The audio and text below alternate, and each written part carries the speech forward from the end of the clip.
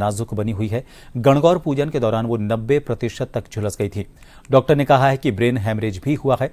फिलहाल उन्हें अहमदाबाद के एक अस्पताल के आईसीयू में रखा गया है। हॉस्पिटल की बर्न स्पेशलिस्ट ने हालत गंभीर बताते हुए कहा कि व्यास 90% झुलसी हैं। गिरने से सिर में चोट लगने के कारण ब्रेन हैमरेज भी हुआ है।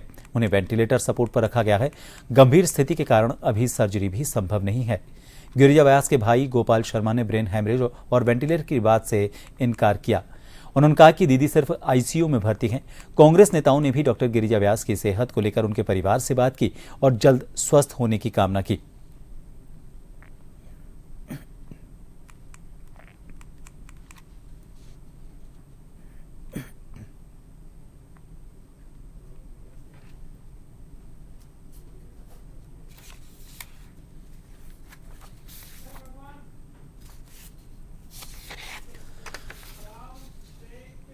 और इस खबर को लेकर अपडेट लेंगे उदयपुर से हमारे संवाददाता भगवान प्रजापति इस वक्त फोन लाइन पर बने हुए हैं। भगवान, डॉक्टरों का उनकी हालत को लेकर कुछ और बयान सामने आ रहा है, परिवार के लोग कुछ और कह रहे हैं। अभी तक उनकी हालत को लेकर क्या स्थिति स्पष्ट हो पाई है?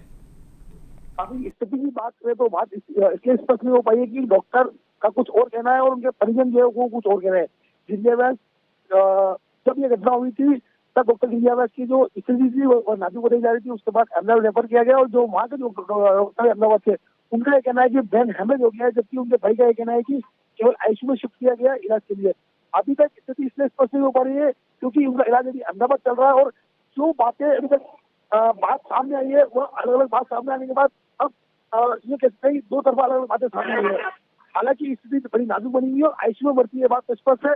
ये जब तक आईसीयू से बाहर नहीं लाया जाता तब तक ये कहना मुश्किल है कि स्थिति सामान्य होगी, तब तक स्थिति क्रिटिकल ही रहने वाली है। जी, जानकारी के लिए तो फिलहाल हालत को लेकर कुछ बात स्पष्ट नहीं हो पाई है क्योंकि दो तरह के बयान सामने आ रहे हैं, लेकिन ये बात स्पष्ट है कि जब तक उन्हें आईसीयू से बाहर नहीं लाया जाता तब तक उनकी हालत को लेकर कोई स्पष्ट स्थिति नहीं कही जा सकती है।